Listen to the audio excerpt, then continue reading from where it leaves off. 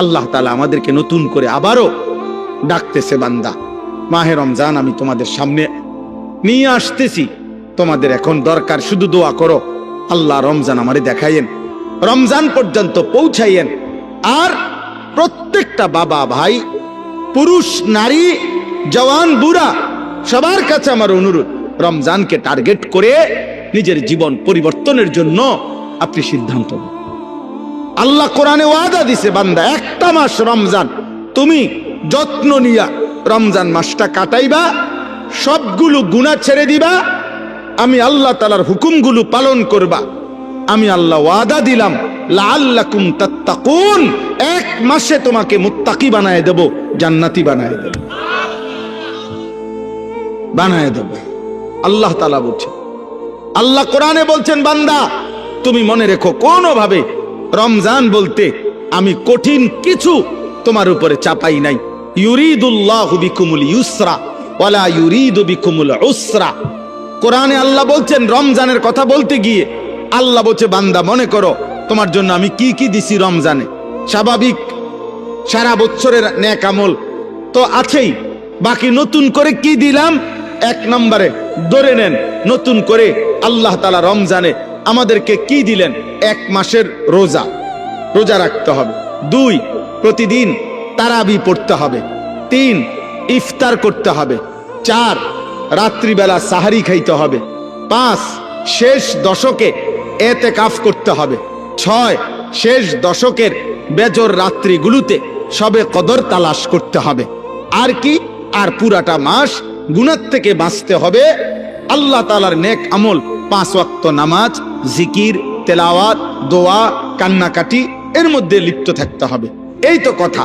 আল্লাহ তাআলা বলেন, বান্দা বিশ্বাস করো, এই যে যা যা দিছি আমি, ইফতার, সাহারি, এতেকাফ, তারাবি, রোজা, নামাজ, আল্লাহ বলে বান্দা বিশ্বাস করো, আমি এই বিধানগুলো সাজাইতে গিয়া, দিতে গিয়ে আমি আল্লাহ নিজে তোমার সহজ যেন হয়, কষ্ট যেন না হয়, আমি আল্লাহ কসম নিজে খেয়াল করেছি। ইউরিদুল্লাহু বিকুমুল ইউসরা, আমি আল্লাহ চেয়েছি তোমার যেন সহজ হয়, ওয়ালা ইউরিদু বিকুমুল উসরা, আমি আল্লাহ তাআলা তোমার জন্য কঠিন হোক এটা চাই নাই। প্রথম যেভাবে বিধান শুরু করছি নবীজির জামানায়, প্রথম রোজার শুরু, রমজানের শুরু, ওইখান থেকেও আমি বান্দা সহজ করতে করতে করতে বর্তমানের অবস্থায় আনছি। শুধু কমাইছি, বাড়াইছি না, শুধু কমাই আনছি। সংক্ষেপে বলি, প্রথম রাসূলুল্লাহ সাল্লাল্লাহু আলাইহি সাল্লামের জামানায় রোজা এর বিধান ছিল কি? এর বিধান ছিল, মৌলিক নিয়ম ছিল যে নবীজির জামানায় প্রথম রমজানের রোজা রাখার নিয়ম ছিল সুবহে সাদিক থেকে, মানে সকালবেলা যেই ভোরের টাইম, সুবহে সাদিক থেকে রোজার টাইম শুরু হইতো। সন্ধ্যা হইলে, সূর্য ডুবলে, মানে আমরা যখন ইফতার করি তখন ইফতার খাওয়ার অনুমতি ছিল। কিন্তু তখন রোজা ছিল কেমন? মানে আমাদের নবীজির জামানায়, সাহাবাদের জামানায় রোজার বিধান ছিল এরকম যে সন্ধ্যা হইলে ইফতারির টাইমে যতক্ষণ পর্যন্ত সজাগ থাকবে, মানে আরেকবার ঘুম না যাবে, ততক্ষণ পর্যন্ত আপনার সে খাবার দাবার, স্ত্রীর সাথে মিলামিশা সব করতে পারবে। কিন্তু সন্ধ্যার পর থেকে নিয়ে যখনই ঘুমায় যাবে, ঘুম আইসা গেলে নতুন রোজা শুরু। মনে করেন এখন যদি সন্ধ্যা 6টা বাজে ইফতার করলাম, এখন সজাগ যতক্ষণ, খানার টাইম এতক্ষণ, বুঝেন নাই হিসাবটা? সজাগ যতক্ষণ এতক্ষণ। 8টা বাজে ঘুমায় গেছে, রোজা শুরু। বা মাগরিব পড়ে বলে কদ্দুর শরীরটা ভাল লাগতেছে না, সারাদিন ব্যস্ত ছিলাম, একটু শুইছে, রোজা শুরু। এটাই ছিল বিধান, এটাই নবীজির জামানায় ছিল। কিন্তু এইটুকুর কারণে সাহাবাদের কষ্ট হইতেছিল। কি কষ্ট? দেখা গেছে অনেকে সন্ধ্যাবেলা ইফতারের সময় হয়তো সামান্য মাত্র পানি পান করছে, বা 2টা খেজুর খাইছে, অথবা খায় নাই, এরই মধ্যে মাগরিবের নামাজ পড়ে ক্লান্তিতে ঘুম চলে আসছে, এই কারণে আর খাবার খাইতে পারে নাই। সারা রাত্র আবার নতুন রোজা শুরু হয়ে গেছে। পরের দিন আবার সন্ধ্যার সময় খাবার অনুমতি। তো ফলে একদিন একজন সাহাবী সন্ধ্যাবেলায় খাইতে পারে নাই, ফলে ঘুমায় গেছে। নতুন রোজা শুরু হয়ে যাওয়াতে আগের দিনের পুরা রোজা, সারা রাত্রের রোজা, পরের দিন দুপুরবেলা হযরত কাইস ইবনে সারমা আল আনসারী রাদিয়াল্লাহু তাআলা আনহু তিনি বেহুশ হয়ে গেছেন একেবারে। তো আল্লাহ তাআলা দেখছে আমার বান্দার তো কষ্ট হইতেছে, তো আল্লাহ তাআলা পুনরায় আবার বিধান নাজিল করে এই কোরআনের মধ্যে আল্লাহ আবার বলছে, ঠিক আছে বান্দা, আরো কমায় দিলাম, এখন সুবহে সাদিক থেকে সূর্য অস্ত পর্যন্ত, এই সন্ধ্যা পর্যন্ত, এই পর্যন্ত রোজা রাখো। সন্ধ্যার পর থেকে, সূর্য ডুবার পর থেকে পরবর্তী সুবহে সাদিক পর্যন্ত সারা রাত্র এইবার ঘুমাও আর সজাগ থাকো। খাবার দাবার, স্বামী স্ত্রীর মিলামেশা, সবকিছুর অনুমতি পূর্ণ দেওয়া হইলো। ঘুমাইলেও অনুমতি আছে, না ঘুমাইলেও অনুমতি আছে। আল্লাহ তাআলা বলে, তবুও আমি চাই তোমার যেন কষ্ট না। ইউরিদুল্লাহু বিকুমুল ইউসরা, আমি কষ্ট দিতে চাই না। বান্দা কি মায়া করে মালিক বলছে, মা জাআলা আলাইকুম ফিদ্দীন মিন হারাজ। আল্লাহ বলে, বান্দা দ্বীনের নামে, ইসলামের নামে, কোরআনের নামে, শরীয়তের নামে, বিধানের নামে আমি আল্লাহ তোমাদের উপরে একটা কষ্ট আমি দেই নাই। আমাকে মানতে গিয়ে তুমি বান্দা কষ্ট পাইবা, আমি এমন মালিক না। আমি রাউফ, আমি রাহিম, আমি রহমান, আমি সব জানি। আমার বান্দার ভেতর বাহির, যোগ্যতা কদ্দুর, দুর্বলতা কদ্দুর, সক্ষমতা কতটুকু। আমি যুবকের আর বৃদ্ধের হুকুম বরাবর করি নাই আমি আল্লাহ তাআলা। এরপরে দেখেন আল্লাহ বলছে, বান্দা আচ্ছা ঠিক আছে। এরপরে আরো শোনো, দুইবার আল্লাহ বলছে, দুইবার রোজার কথা বলতে গিয়ে বলছে, ফামান কানা মিনকুম মারিদান আও আলা সাফারিন ফাইদ্দাতুম মিন আইয়ামিন উখার। শোনো, তোমরা যারা প্রচন্ড অসুস্থ, যে অসুস্থতার কারণে রোগ বেড়ে যাবে, রোজা রাখলে কোনোভাবেই পারতা না, ঠিক আছে ছেড়ে দাও। যখন সুস্থ হইবা তখন এই রোজাগুলো কাজা করো। তোমরা যদি দূরের লম্বা সফরে মুসাফির হও, তাহলে যদি প্রচন্ড রৌদ্র, প্রচন্ড পেরেশানির কারণে তুমি মনে করো যে কষ্ট হবে, তো আল্লাহ তাআলা বলে, ঠিক আছে রমজানের রোজা এটা ছেড়ে দিও, তুমি অন্য টাইমে যখন বাড়িতে ফিরবা তখন কাজা করে নিও। আমি চেয়েছি তোমার সহজ, আমি চেয়েছি তোমার সহজ, আমি বান্দা চেয়েছি তোমার সহজ। আল্লাহর নবী সাল্লাল্লাহু আলাইহি সাল্লাম বলছে, উম্মত ইফতার তাড়াতাড়ি করে কইরো। আল্লাহর নবী বলছে, উম্মত সেহরি দেরি করে খাইও, মানে কষ্ট যাতে না হয়। ইফতার করো তাড়াতাড়ি, যাতে সময় হইছে সাথে সাথে ইফতার করো, এর মধ্যেই বরকত। সাহারি দেরি করো, যেন লাস্ট টাইমে নিয়ে খাও, কোনো অসুবিধা নাই, যাতে করে তোমার কষ্টের মাত্রাটা কম হয়। মানে সব মিলাইয়া রব্বুল আলামিন চেয়েছেন আমার বান্দার যেন আরাম হয়, কষ্ট না হয়। ইউরিদুল্লাহু বিকুমুল ইউসরা ওয়ালা ইউরিদু বিকুমুল উসরা। একদিকে তো সহজ করার জন্য এত ব্যবস্থাপনা করেছেন, আবার আরেক দিকে নেকি। আল্লাহ তাআলা যেন বললেন, রমজানের এক একটা মুহূর্ত আমি স্বর্ণের দামে না, রূপের দামে না, মণি মুক্তার দামে না, বরং আসমান জমিনটাকে যদি 100 দাম ধরো, আসমান জমিন পুরা সৃষ্টির, সেটার যেই দাম আসবে আল্লাহ বলে তার চাইতে কোটি গুণ বেশি দামে আমি রমজানের এক এক মুহূর্ত তোমাকে দিলাম। চাও সেকেন্ড কোটি কোটি গুণ দামি বানাই দিলাম। 1/70, এটাও বলছি প্রাথমিক, এটা বলছি স্বাভাবিক হিসাব, 1/70। কিন্তু মূলত হইল আল্লাহ তাআলা এই 70 লেখবার আগেও ফেরেশতাদের আল্লাহকে জিজ্ঞেস করে, আল্লাহ আপনার বান্দার রমজানের এই নেকিটা 70 লিখতামনি। আল্লাহ বান্দার দিকে তাকাইয়া যখন দেখে গুনাহ থেকে মুক্ত, আল্লাহর জিকিরে তার জিহ্বা ভিজা, আল্লাহর মহব্বত তার কলিজার মধ্যে, সুন্নাত মোতাবেক তার জীবন, আল্লাহ তখন বলে, না 70 না, 700 লেখো, 700, 7,000 লেখো, 70,000 লেখো, 7 লক্ষ লেখো, 70 লক্ষ লেখো, 7 কোটি লেখো, 70 কোটি লেখো, 70,000 কোটি লেখো। এক সেজদা একবার সুবহানাল্লাহ বললে আল্লাহ বলে লেখো 70,000 কোটি সুবহানাল্লাহ লেখো। কোন বেলায় আল্লাহ মহব্বতের জোশে আল্লাহ তার মায়ায় আল্লাহ বলে ফেরেশতা তুমি লিখো না আকতুবু, আমি আল্লাহ নিজেই লিখবো। এই নেকি তুমি দিয়া পারতা না, আমি দেবো আমার বান্দার নেকি।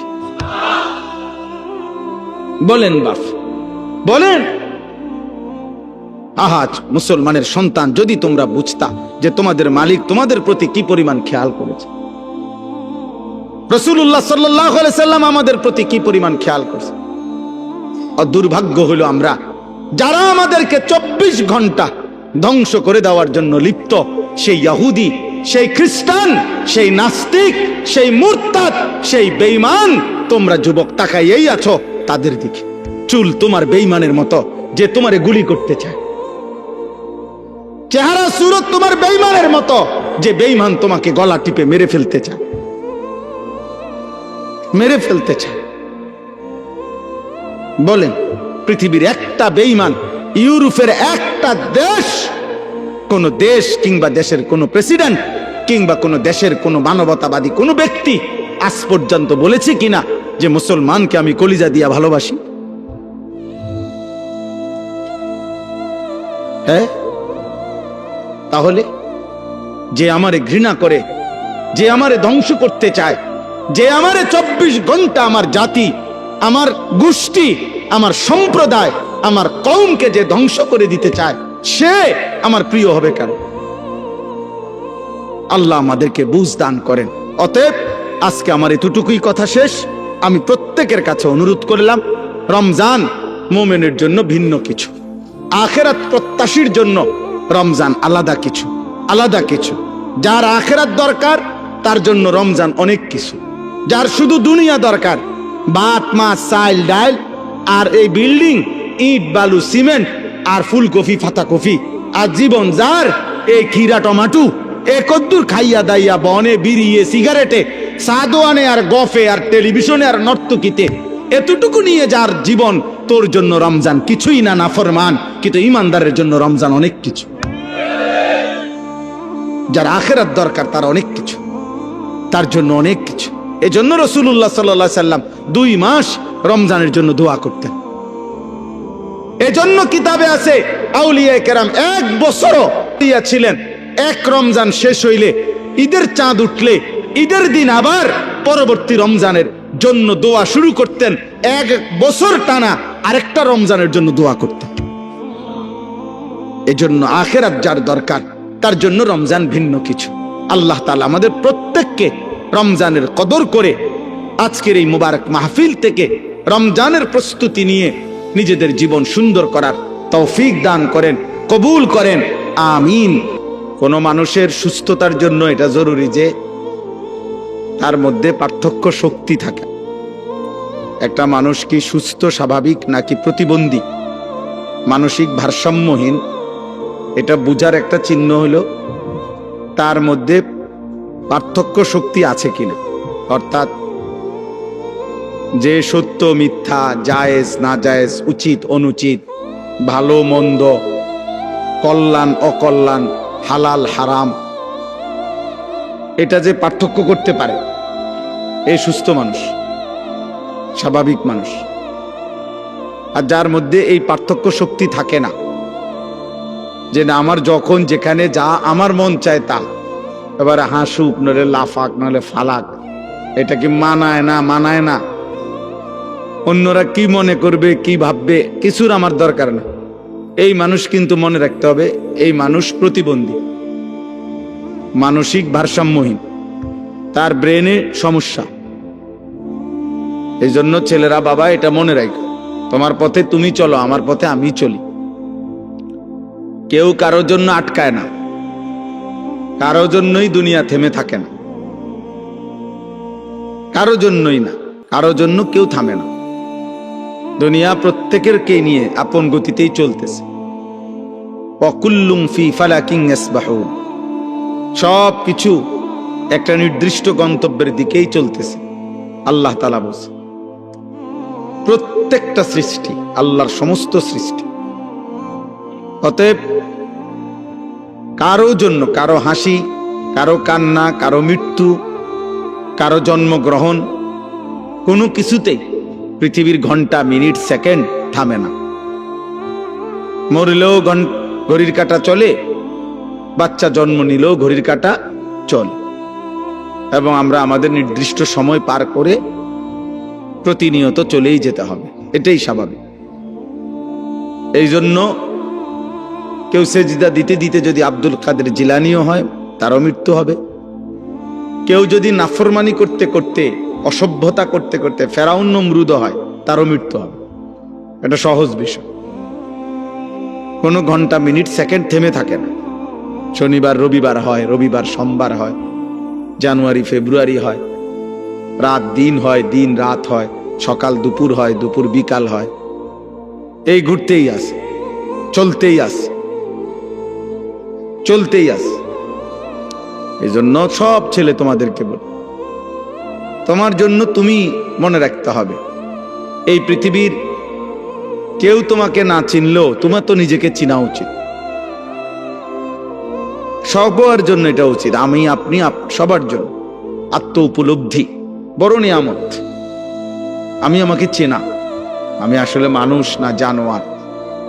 যদি মানুষ হয় তাহলে পার্থক্য কি জানোয়ারের সাথে? 2 নম্বর হলো আমি কি মুসলমান না অমুসলমান। যদি আমি মুসলমান হই তাহলে অমুসলমানের সাথে আমার পার্থক্য কি? শুধু মুখে আমি বলছি আমি মুসলমান, এতটুকুই যথেষ্ট। কোরআনুল কারীমের মধ্যে আছে, আল্লাহ তাআলা বলছেন, ক্বালাতিল আ'রাবু আমান্না কুল লাম তু'মিনু ওয়ালাকিন কুলু আসলামনা ফালাম্মা ইয়াদখুলিল ঈমানু ফি কুলুবিকুম।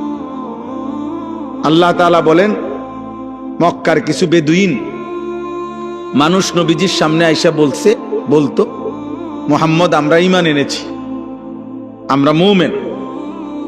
আল্লাহ তাআলা বলেন, আপনি তাদেরকে বলে দেন যে না, তোমরা ঈমানদার নও।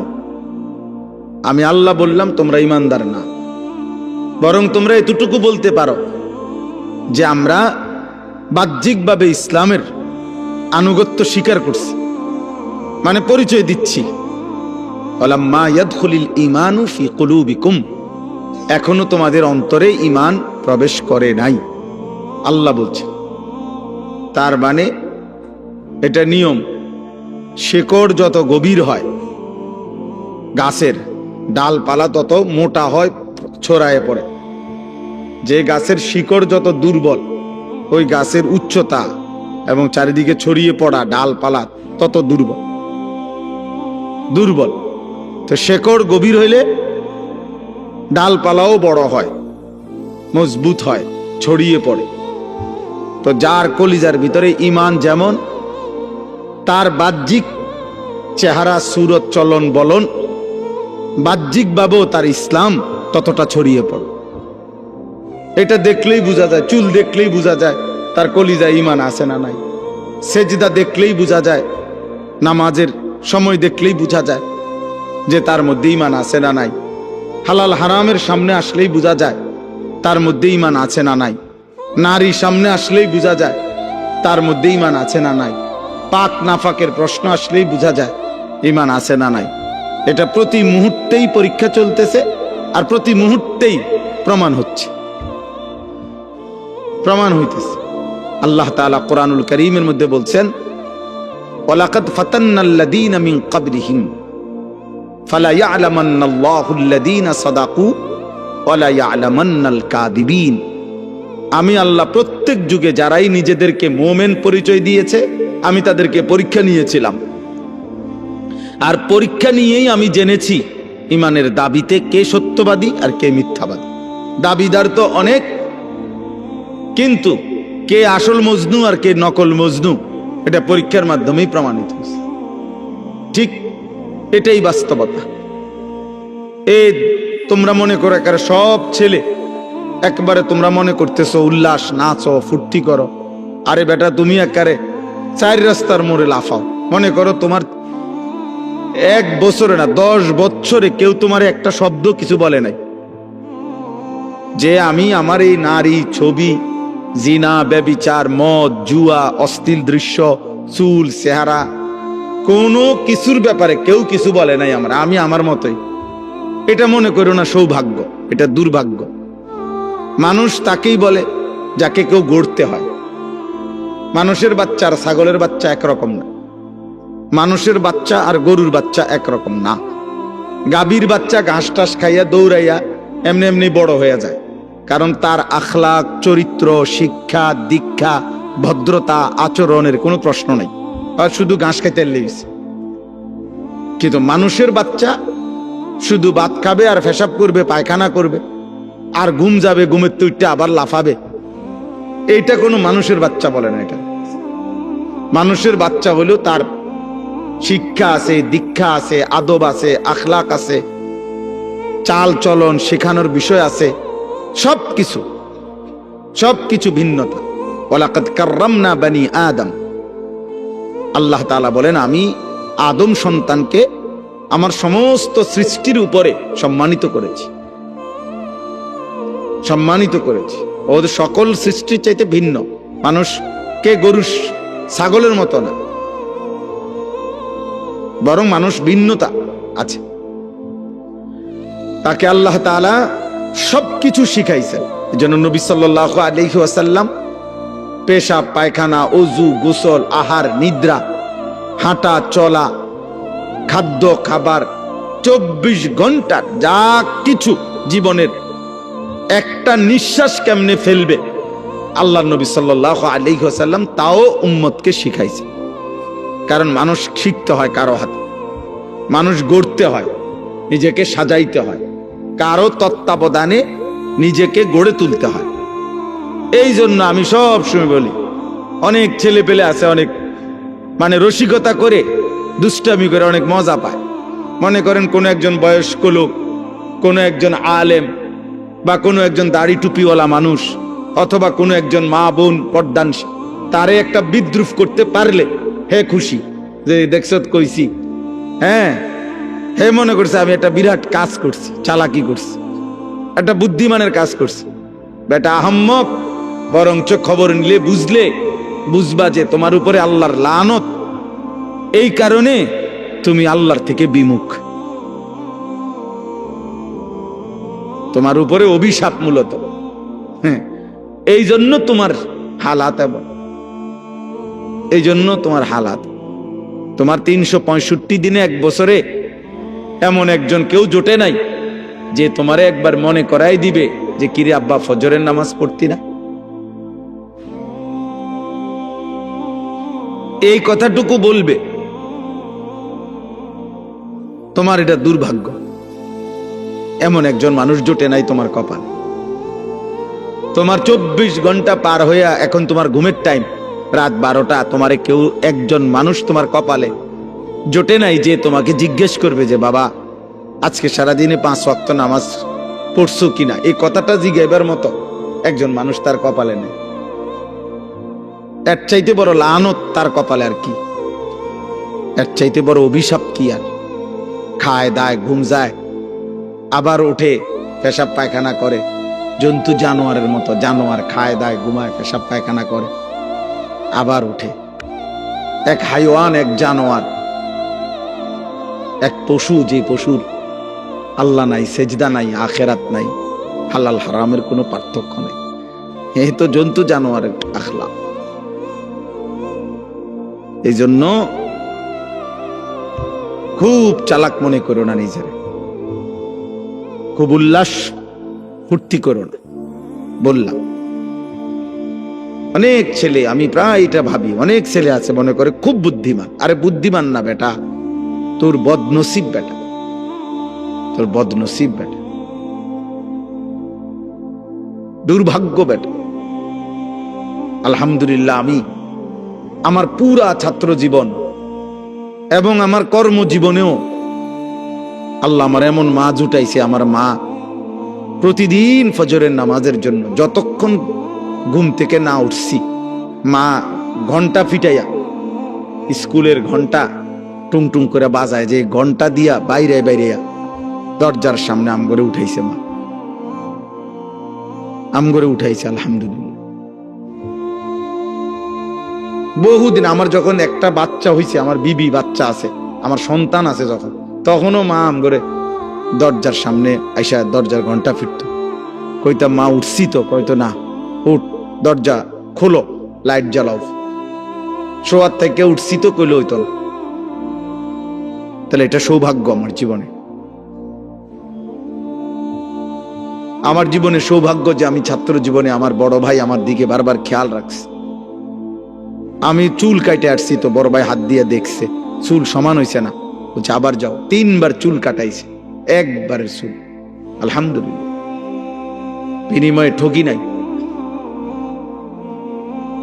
এই জন্য সবাই মিলে এটা ভাবা দরকার। ছেলেরা, কারো জন্য কেউ আটকায় না। আমি আবারও বললাম, তুমি নষ্ট হইতে হইতে ফচ্চা যদি গন্ধ ছড়ে, নারী দেখতে দেখতে, উলঙ্গ ছবি দেখতে দেখতে, অশ্লীল দৃশ্য দেখতে দেখতে, বেহায়াপনা, অসভ্যতা, মদ, জুয়া, বন্ধুদের অসৎ আড্ডা, নোংরা কথাবার্তা কইতে কইতে ফচ্চাও যদি যাও, গন্ধও যদি ছোটে, তোমার এটাই না ধরার মতো টাইম মানুষের হাতে নাই।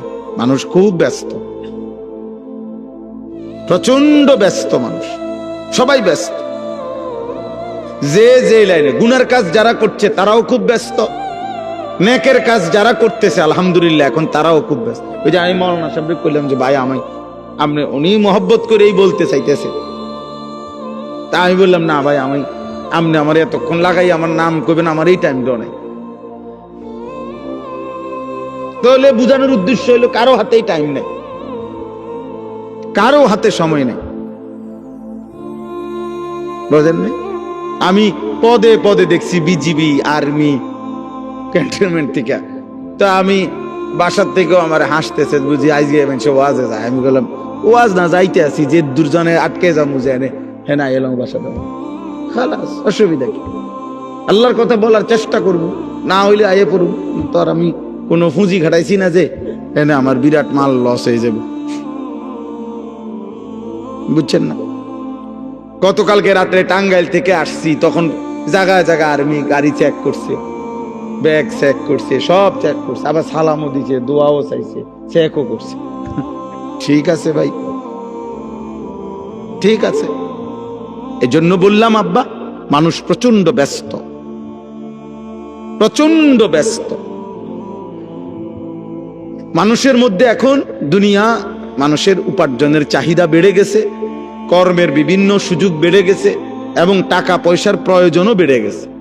আমি প্রায় বলি, আগে এক বাড়ির মানুষ ছিল 20 জন, টয়লেট বাড়ির ওই কোণাত একটা দিয়ে সাজতো, বেড সবাই। অহন 6 রুম, 6টাই বাথরুম। হ্যাঁ, অ্যাটাচড বাথরুম না? তাহলে এখন এই বেচারার 6টা বাথরুমের 4টা বাথরুম যদি করতে হয় তার বিল্ডিংটার ভিতরে, তাহলে কি পরিমাণ স্যানিটারি মালামাল দরকার, তাহলে অনেক টাকা দরকার। অর্থাৎ যেখানে একটা ঘরের চাহিদা 5 লাখ টাকায় পূরণ হইতো কথার কথা, সেটা এখন 20 লাখ টাকায় পূরণ হয় না। তাহলে মানুষের এই 15 লাখ টাকার যে ঘাটতি, কমতি, এটা উপার্জনের জন্য তাকে আরো ব্যস্ত, বেশি পরিশ্রম করতে হচ্ছে। হালাল হারাম তো পরে, মানে মেহনত করতেছে সবাই, টাকা দরকার আরো। দুনিয়া স্বাভাবিক চলতে হইলে আরো দরকার, আরো দরকার।